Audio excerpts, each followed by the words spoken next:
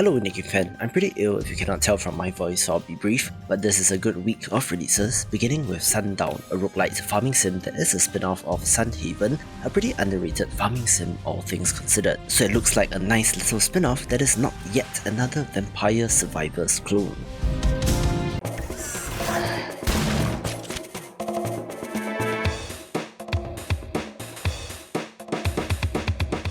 I just talked about luckily, my arm is a shotgun during the Steam Next festival, and here we already are with the release, a mini open world top-down shooter where you're scavenging for parts to repair your ship on an island, where it looks simple and kind of cute, looking to be a hidden gem.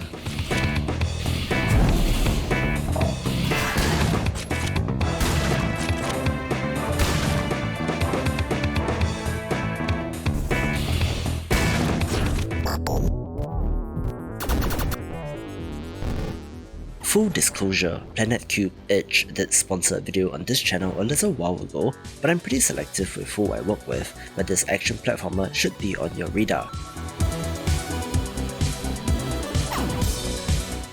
It's a pretty tough arcade-style run-and-gun experience where you play as an engineer turned hero fighting off a mysterious alien threat. The colour scheme makes it stand out, where it's tough as nails with one hit kill on your character, but the instant reset upon death keeps you playing.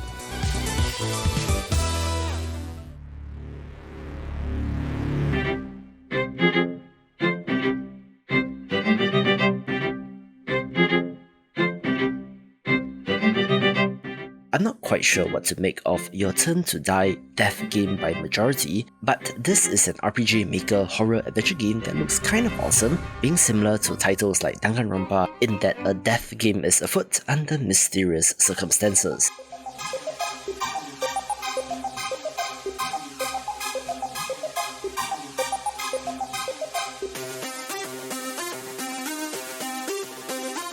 There are multiple endings and plenty of choices to make as you uncover the story, with a pretty neat art style that shows what's possible with this engine.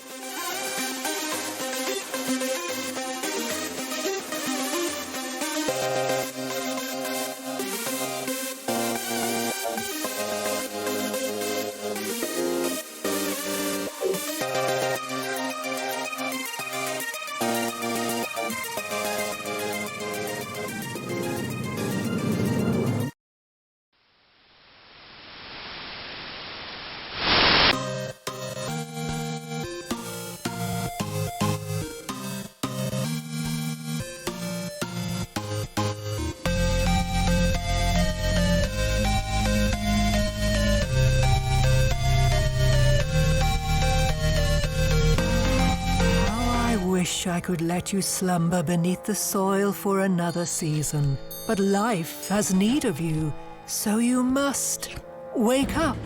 I've got my axe and my shield, and I'm ready for anything. Another title that benefited tremendously to demos becoming a thing again is Aces and Adventures, a poker card-based deck-building RPG in a fantasy setting, where, unlike other new entries in this genre, is not a roguelite, but rather has 3 distinct campaigns to play through. Sure, it's not the flashiest of titles since the art is all on the cards and the game is shown pretty much through a tabletop view, but is strategic and varied enough to be of interest. The trap is set. Heads I win, tails you lose. You will need them all if you are to face the evil that threatens to consume the warmth of this world. Take these leaves with you, that they may serve as your power while you grow your own. Wield the 4 elements to unleash your hand of magic and launch devastating attacks. It is a heavy burden for one still waking, but trust in your growth and take courage as you draw the next card from the deck of fate. 1982, Atari produced a secret prototype arcade machine. 40 years later, only 3 have ever been seen in public. This project was known as Akka Arrh. We have quite a number of bigger games to cover, beginning with Akka Arrh. Technically indie since it's from legendary developer Jeff Minter, who has a very small team but brings his unique, trippy brand of arcade action to 2023, being a modern revamp of a scrapped game idea from the 1980s, where he is once again working with longtime publisher Atari on this project. A demon's castle looms. 悪魔あるところ、悪魔ハンターの一族あり。上園姉妹出動。Two heirs of the Kamizono Demon Hunters take on its challenge. We have another interesting looking 2D platformer from Inti Creates. Make the bad guys cry like an anime fan on prom night. And yes, while Mighty No. 9 might not have been great for their reputation, the Gunvolt and Blaster Master series have more than made up for that, with Grim Guardian's Demon Purge looking to be their tribute to Castlevania, only... it's a spin-off of the Gelgun series, which stars alternate versions of characters from that game looking to have decent action and pixel art. With an arsenal of anti-demon weaponry, they expose the castle's secrets.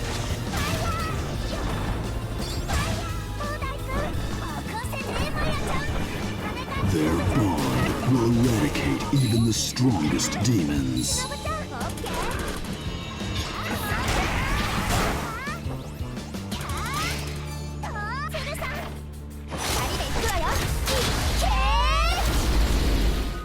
Can the castle's victims be saved? Only Shinobi and Maya can solve the mystery.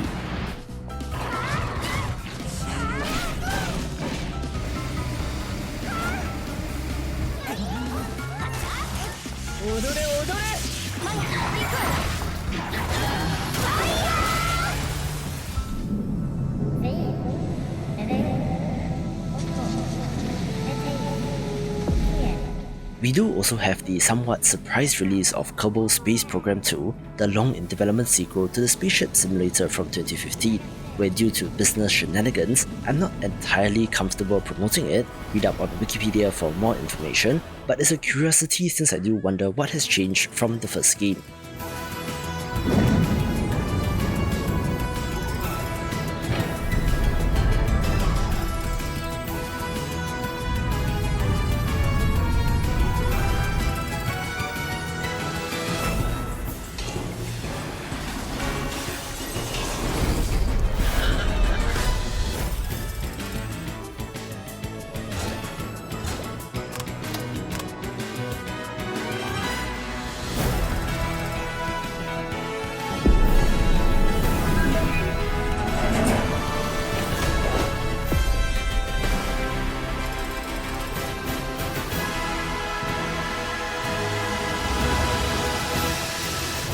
Join the Ashen Hawk Brigade as they combat inhuman monsters known as the Mort in an all-new strategy RPG. A pretty big and impressive looking tactical RPG is Redemption Reapers, coming to us, most interestingly, from the developers of Ender Lilies, which is a fantastic Metroidvania, where in doing some research on this developer, it's quite a sizable Japanese team, so I put them in this section, where the tactics, action, and mercenary band in a war-torn world is about as classic as it can get. For as long as we can. Glenn boasts a mighty sword arm and versatile skill set. With the ability to knock foes back and heal wounded allies, Glenn can turn the tide of any battle. We stand our ground until the very last moment. Lube makes full use of his spear's impressive range to support allies in combat. You can always count on him to leave a trail of bombs in his wake. Ready for more? With stalwart defense and deadly area attacks, Urz is a force to be reckoned with on the front line. They'll not find us easy prey. As a skilled huntress and archer, Karen can pick off foes before they get close enough to pose a threat. All right, who wants to die first? Battles between the Ashen Hawks and the Mort unfold using a phase system. Spend action points during your phase to unleash skills that can lead the Hawks to victory. Follow-up attacks will also prove vital to your efforts. Your time has come. This system allows nearby units to follow an ally's attack with a strike of their own. Overwhelming foes with a flurry of blows is a key strategy for both offense and defense. However, executing them effectively requires both precise positioning and clever battle formations. Units can move before and after attacking. After defeating an enemy, try positioning your unit near a foe that an ally will attack. This will allow the unit to form a devastating follow-up attack. Such versatile tactics allow the few brave souls of the Ashen Hawks to stand against the Mort Legion. Each character has access to a unique set of skills that corresponds to their distinct role within the brigade.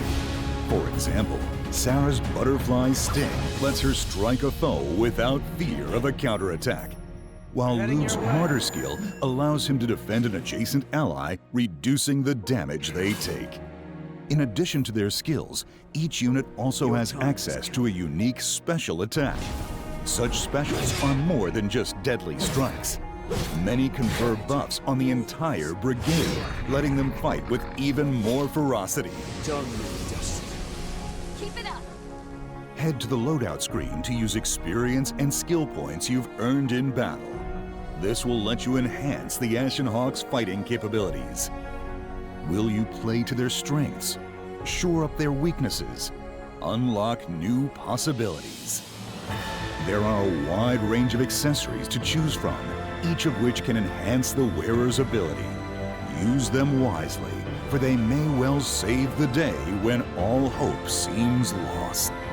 The Mort Hordes are filled with horrific monsters, many of which possess powers that defy explanation. We won't die here. Find somewhere safe. We've got this. The Ashen Hawks continue their struggle against the Mort, using any means necessary to survive. But why do they fight? And where will their battles lead them? There is but one way to find out.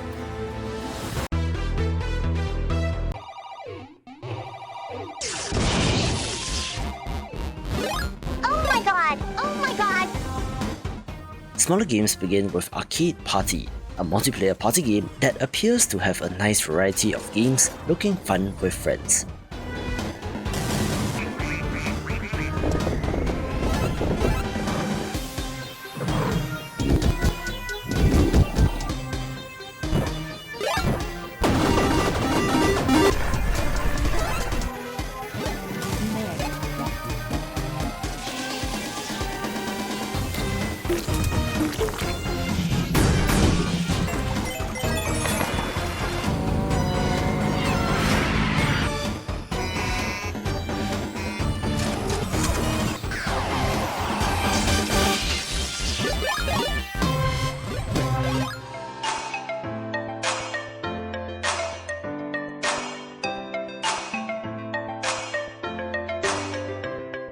East Trade Tycoon is a charming-looking simulator title where you play as a trader, buying low and selling high, building up your business with hopes of becoming a tycoon someday.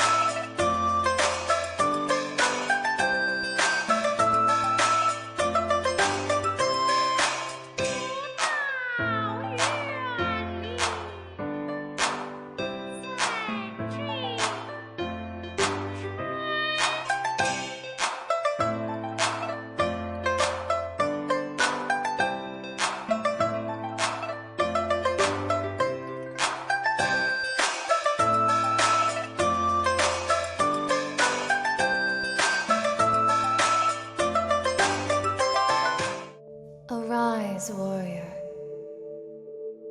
You have responsibilities to fulfill. Ghoul, he is at the top of the world tree as we speak. corrupting the nature with his minions. My young brother, I'm glad you're still alive. Ex Natura, Nature Corrupted is a third-person Souls-like RPG that looks ambitious, but as with all indie Souls-like titles, do temper your expectations going in.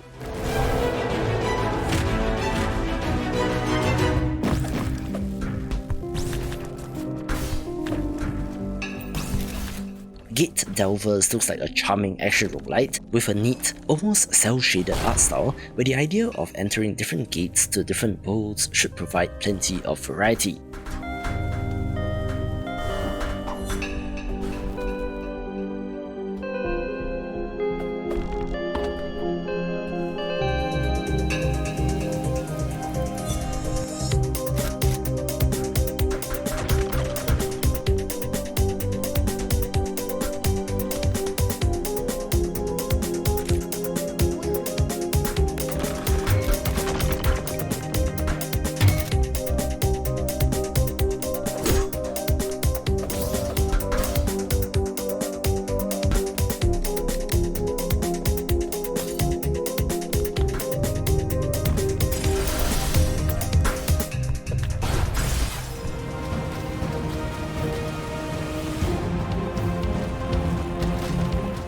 Striving for Light Survival is the latest Vampire Survivors-like spin-off of a proper roguelite based on Striving for Light, which is still in early access, where taking art assets from there has given it a more unique look, together with a Path of Exile style massive skill tree which makes this of interest.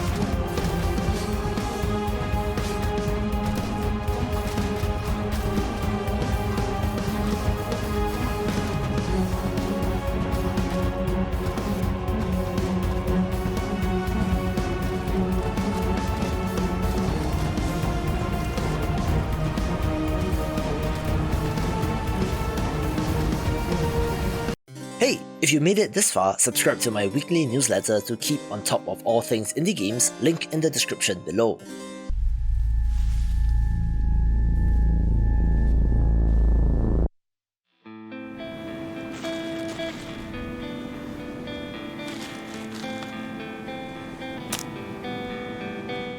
The top 5 begins with Sons of the Forest, the sequel to the tremendously popular first-person survival title, The Forest, but the success of that game has enabled them to staff up, with this looking to be a bigger, more ambitious version of that game.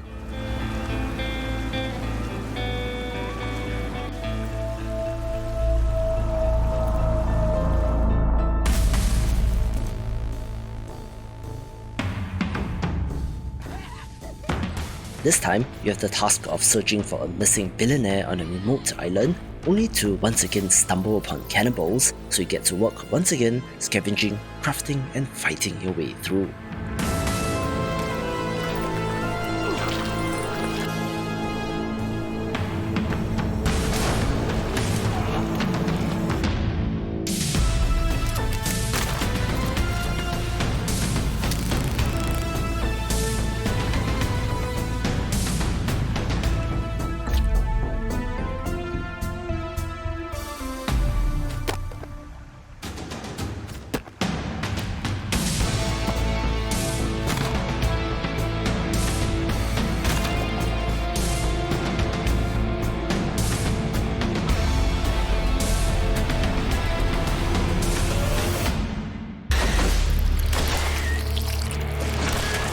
Get down, son!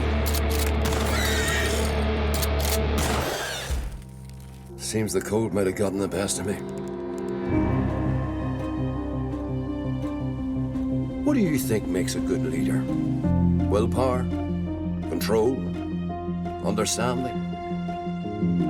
Seems like you're going to be here for some time. You don't have much. You'll have to make it last. An impressive choose-your-own adventure management sim is The Pale Beyond, where you're put in charge of a ship and your crew as you search for an earlier expedition that has gone missing.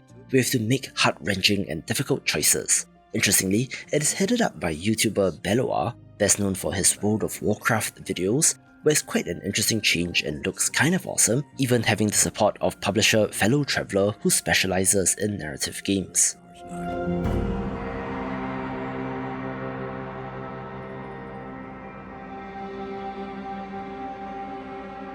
What leads fools to the end of the world? Glory? Money? Loyalty? Answers? Escape?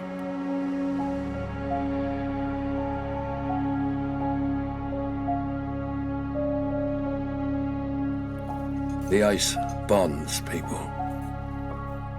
It breaks them as well. It'll be a long time before anyone comes looking for you.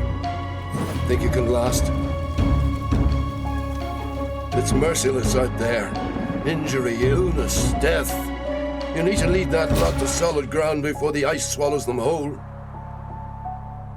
Lead them out.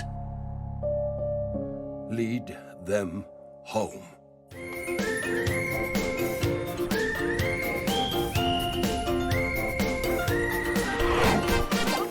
A fun-looking, long-in-development 3D platformer is Clive and Wrench, of course invoking the golden age of such titles with the two animal protagonist setup, similar to Banjo-Kazooie, Ratchet & Clank, or even more modern takes like Yooka-Laylee.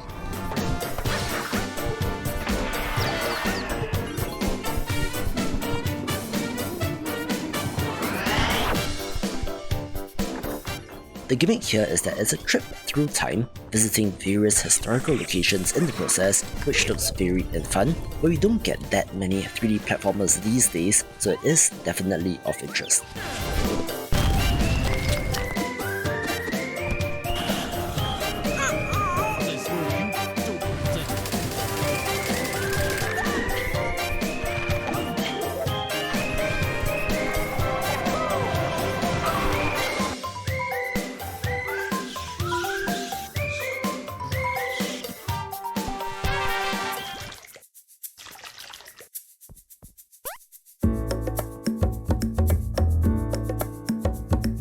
I was pretty sure that this would have been my number one pick of the week going in, but one title in particular cropped up. But before we get there, let's talk about Research Story, a charming looking pixel art farming sim coming to us from Singapore, so of course I have to shout it out.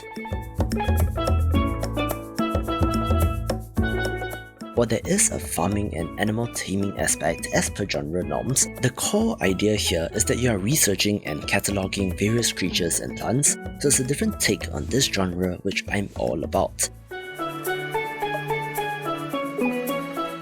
The pixel art is wonderfully adorable, but I do like how the animals follow you around in the train similar to a JRPG, making this one to check out even while in early access.